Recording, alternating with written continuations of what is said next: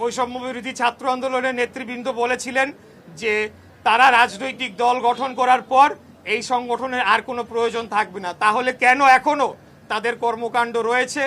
আমি গতকালকের কথা বলছি, দুপুর এবং বিকালে দুটি স্ট্যাটাস দেয়া হয় তাদের অফিসিয়াল ফেসবুক পেজের মাধ্যমে।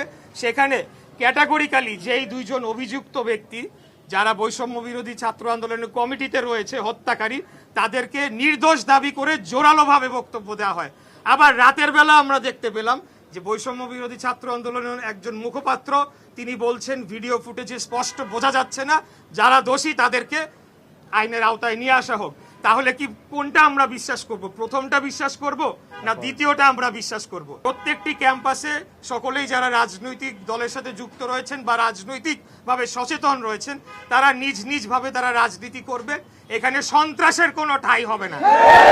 আমি একটা গ্যাংয়ের নাম শুনতে পারলাম, আমি এখনই এখান থেকে বলছি, পুলিশ প্রশাসনের উদ্দেশ্যে বলতে চাই তারা যথেষ্ট ভালো কাজ করেছে, কিন্তু মিল্টন কি বেনসন গ্যাং, কিন্তু আমরা জানতে পেরেছি যেহেতু এই সরকারের মধ্যে বৈষম্য বিরোধী ছাত্র আন্দোলনের প্রতিনিধিরা রয়েছে, তারা চাপ প্রয়োগ করছে যাতে তাদেরকে গ্রেফতার না করা হয়।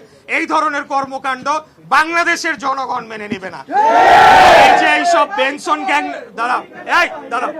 এই যে বেনসন গ্যাং না কি গ্যাং, আমরা মব কালচারে বিশ্বাস করি না।